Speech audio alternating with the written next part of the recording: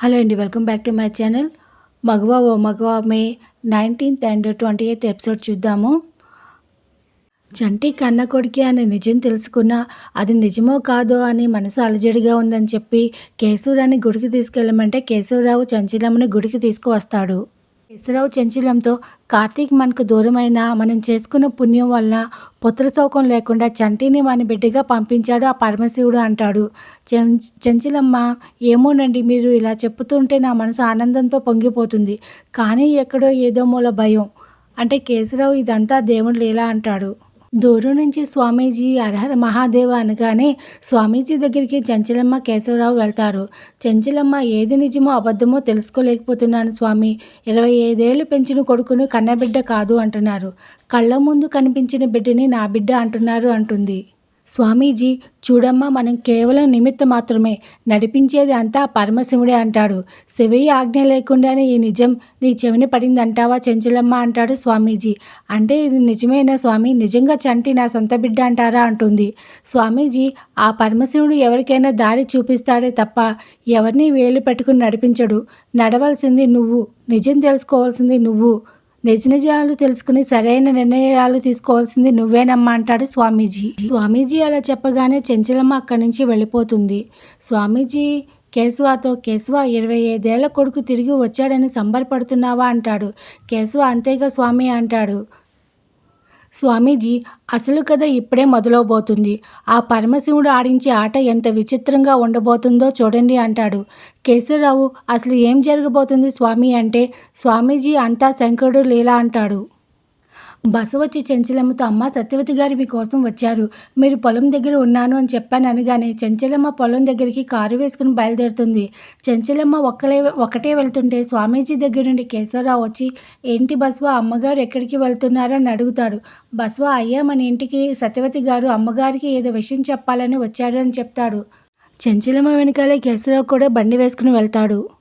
సత్యవతి, చంచలంకి నిజం తెలిస్తేనే చంటిని శ్రీరాముల నుంచి కాపాడుకోగలము, ఎలాగైనా ఈరోజు చంచలం గారికి నిజం చెప్పాలని సత్యవతి చంచలం కోసం వస్తూ ఉంటుంది. సత్యవతిని కలిసి చంటి నా కన్నబిడ్డ అవునో కాదో తెలుసుకోవాలని చంచలమ్మ సత్యవతి కోసం వస్తూ ఉంటుంది. చంచలమ్మ కోసం కేశవరావు వస్తూ ఉంటాడు. ఆ శ్రీరాములు అమ్మని ఎందుకు అడ్డుకోవాలనుకున్నాడు? అమ్మ ఏదో తప్పు చేశానంది, చంచలమ్మ గారిని కలవాలనుకుంటుంది, అసలు నిజం తెలుసుకోవాలని చంటి సత్యవతి కోసం వస్తూ ఉంటాడు. సింధూర ఎలాగైనా సత్యవతి అత్తని కలిసి నిజం చెప్పించాలని చెప్పి సత్యవతి దగ్గరికి వస్తూ ఉంటుంది. లోపల సింధూర వెనకాల శ్రీరాములు పంపించిన రౌడీలు వెనక పడుతూ ఉంటారు. ఆ రౌడీల నుంచి తప్పించుకుని సత్యవతి కోసం వస్తూ ఉంటుంది. ఇలా అందరూ ఒకరి కోసం ఒకరు వస్తూ ఉంటారు. చంచలమ్మ సత్యవతి కోసం వస్తూ అటువైపు వస్తున్న బండిని తప్పించబోయి ఇటువైపు వస్తున్న సత్యవతిని గుద్దేస్తుంది. అందరూ సత్యవతి దగ్గరికి పరిగెత్తుకుంటూ వస్తారు. చంచలమ్మ సత్యవతి దగ్గరికి వస్తుంది. సత్యవతి, అమ్మ మీకోసమే వస్తున్నాను అని అంటుంది. చంచలమ్మ, నేను కూడా మీకోసమే వస్తున్నాను అని చెప్తుంది. పదండి, హాస్పిటల్కి వెళ్దామంటుంది. సత్యవతి, నేను మీకు చేసిన ద్రోహానికి ఆ దేవుడు నాకు వేసిన శిక్ష అంటుంది, నేను బ్రతకను అనగానే చంటి వస్తాడు. అమ్మ అంటూ ఏడుస్తాడు. చంటి, ఎంత పనిచేశారండి, మా అమ్మ రక్తం కళ్ళ చూశారు కదండి అంటాడు. సత్యవతి, చంచలమ్మ గారిని ఏమీ అనుకో, తప్పంతా నాది అంటుంది. నేను ఒక విషయం చెప్పాలి అనగానే చంటి, ముందు హాస్పిటల్కి వెళ్దాం పదమ్మా అంటాడు. చంటి, నా ఊపిరి పోయేలోగా ఒక నిజం చెప్పాలి, చంటి విజయమ్మ గారి కొడుకు కాదు, చంటి మీ కన్నబిడ్డ అంటుంది. అంతలో కేశవరావు వస్తాడు. సత్యవతి, కేశవరావు గారు, చంటి మీ బిడ్డ అంటుంది. చంటి, అదేమిటమ్మా, నేను విజయం గారి కొడుకునని రచ్చబడ్డలో చెప్పావు కదా అంటాడు. శ్రీరాములకి భయపడి చెప్పానంటుంది. సత్యవతిని హాస్పిటల్కి తీసుకువెళ్దాం అనుకునేసరికి కార్ స్టార్ట్ కాదు. సత్యవతి, నేను బ్రతుకును, నా ఊపిరి పోయేలోపు మీ బిడ్డను మీ దగ్గరికి చేర్చాను, అంతే చాలు అంటుంది. చంటి సత్యవతిని ఎత్తుకుని హాస్పిటల్కి తీసుకువెళ్తూ ఉంటాడు. సత్యవతి, అమ్మ సింధూర, నా కోసం ఆరాటపడడం మానేసి చంటిని వాళ్ళ అమ్మా నాన్నతో కలవమని చెప్పమ్మా, నేను చనిపోయేలోపు అంటుంది. సింధూర, మీకేమీ కాదు, చంటికి నిజం తెలిసిపోయింది, ఈరోజు కాకపోతే రేపు వాళ్ళకి మనమంతా కలిసి సంతోషంగా ఉంటాము, ముందు మిమ్మల్ని కాపాడుకోవాలంటుంది. ఆ లోపల సత్యవతి చనిపోతుంది. చంటి ఏడుస్తూ ఉంటాడు. విజయమ్మ గదిలో ఒంటరిగా కూర్చుని బాధపడుతూ ఉంటుంది. ఆదినారాయణ, అలివేణి విజయమ్మ దగ్గరికి వస్తారు. అలివేణి, అమ్మ బయటికి రామ్మ, గదిలోనే ఉండిపోయావు అంటుంది. విజయమ్మ, నేను రాలేను, నా ముఖం నలుగురికి చూపించలేను అంటుంది. విజయమ్మ, ఏవండి, నేను చేసింది తప్పా ఒప్పా అని అడుగుతుంది.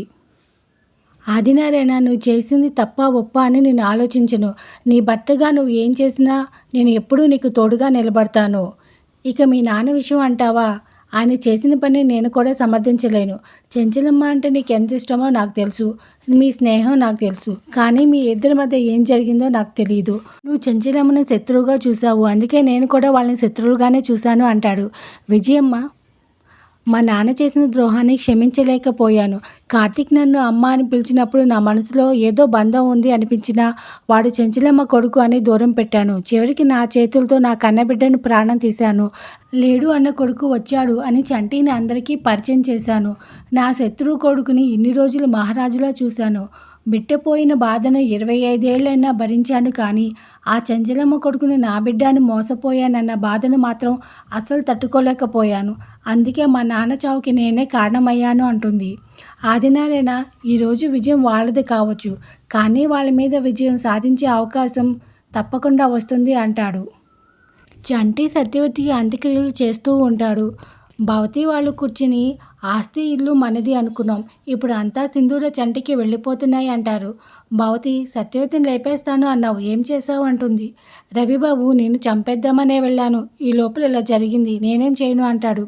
చాముండి, చెంచలమ్మ అత్తమ్మ మాట ఇస్తే శిలాశాసనం అంటారు కదా, మనకి మాట ఇచ్చింది, ఆస్తి ధర్మపీఠం ఇస్తానని ఇప్పుడు ఎలా మాట తప్పుతుంది అంటుంది. భవతి భర్త అప్పుడు వారసుడు లేడు కాబట్టి మాట ఇచ్చింది. ఇప్పుడు వారసుడు వచ్చాడు, వారసురాలిగా సింధూర వచ్చింది. ఇప్పుడు ఆస్తి అడిగితే తాట తీస్తుంది అంటాడు. భవతి, ఆస్తి ఇస్తానని ఆశ పెట్టిందని రచ్చబండికి వెళ్దాము అంటుంది. భవతి భర్త, నువ్వు రచ్చబండికి వెళ్తే ఊళ్ళో జనం నిన్ను రచ్చబండికేసి రుద్దుతారు అంటాడు. రేణుక, అది నిజమే వదిన అంటుంది. రేపటి నుంచి ఆ చంటిగాడిని సింధూరాని బాబు అమ్మ అని మర్యాదగా పిలవాలి. నిన్నటిదాకా పనివాళ్ళుగా చూసాము, అంతా మన కర్మ అంటుంది. భవతి భర్త, అందుకే అన్నీ ఉన్నప్పుడు అణిగిమణిగి పడి ఉండాలి. మనం ఇక్కడ ఉన్నాము అంటే చెంచలమ్మ దయ అంటాడు. మీరు చేసుకున్న దానికి మీరే ఏడవండి అని అక్కడి నుంచి వెళ్ళిపోతాడు. రేణుక, వదిన ఏంటి మీ ఆయన పార్టీ మార్చేశాడు అంటుంది. భవతి, ఇప్పుడు కాదు ఎప్పుడో మారిపోయాడు అంటుంది. చాముండి, అమ్మ మీరేమీ బాధపడకండి, చెంచలమ్మ అత్తమ్మ మూడు బాగున్నప్పుడు అడుగుదాము, ఆస్తి మొత్తం రాకపోయినా ఎంతో కొంత ఇస్తుంది అంటుంది. భవతి, చెంచలమ్మ వదిలిచ్చిన ఆ సింధూర ఇవ్వనివ్వదు, ఇక్కడున్నప్పుడే మనల్ని కబడ్డీ ఆడించేసేది, ఇప్పుడు ఆస్తికి వారసురాలని తెలిస్తే కబడ్డీ ఖోఖో రెండు కలిపి ఆడించేస్తుంది అంటుంది. చంటి సత్యవతి అంత్యక్రియలు చేసి బాధపడుతూ ఉంటాడు. కేశవరావు, చెంచలమ్మ నువ్వు వెళ్ళి చంటిని అమ్మగా ఓదార్చు, చాలా బాధలో ఉన్నాడు అంటాడు. చెంచలమ్మ వెళ్ళి చంటిని ఓదార్చడానికి పట్టుకోపోతే చంటి కోపంగా చూస్తాడు. దాంతో చెంచలమ్మ ఆగిపోయి వెనక్కి వెళ్ళిపోతుంది. కేశవరావు, ఏంటి చెంచలమ్మ మాట్లాడకుండా వెనక్కి వచ్చేసావు అంటాడు. చెంచలమ్మ, ఏం మాట్లాడమంటారండి, వాడి కళ్ళ ముందే సత్యవతిని కారుతో గుద్ది చంపేశాను, వాడి కళ్ళలోకి చూడాలంటేనే నాకు ధైర్యం సరిపోవటం లేదు అంటుంది. సింధూర, అదేంటి అత్తమ్మ, మీరు కావాలని చేయలేదు కదా అంటుంది. కావాలని చేయకపోయినా అనుకోకుండా జరిగిన ఒక ప్రాణం పోయింది కదా, మనం ఈరోజు వాడి జీవితంలోకి వచ్చాము. కానీ వాడికి ఊహ తెలిసేసరికి అమ్మంటే సత్యవతిని, అంత తేలిగ్గా జరిగింది ఎలా మర్చిపోతాడు. వాడికి అమ్మంటే ప్రాణం, అలాంటి అమ్మను దూరం చేశానని బాధపడుతుంది. సింధూర, ఒకసారి మాట్లాడండి అత్తమ్మ అంటుంది. ఏం మాట్లాడమంటావు, పెంచిన తల్లి ప్రేమ కంటే కన్నతల్లి ప్రేమే గొప్పదని చెప్పమంటావా? సత్యవతి గొప్పగా చదివించకపోయినా, పంచపక్షి పర్వణాలతో పెంచకపోయినా గొప్ప సంస్కారం నేర్పించింది, నలుగురిలో మంచిగా మాట్లాడే సఖ్యత నేర్పించింది. నేనేమీ చేయకపోయినా ఇప్పుడు వెళ్ళి సత్యవతి కంటే గొప్పదాని నేను చెప్పమంటారా అంటుంది. కన్న ప్రేమ కంటే పెంచిన ప్రేమే గొప్పదండి అంటుంది. దీంతో ఈరోజు ఎపిసోడ్ కంప్లీట్ అవుతుంది. Please like and subscribe my channel. Thank you.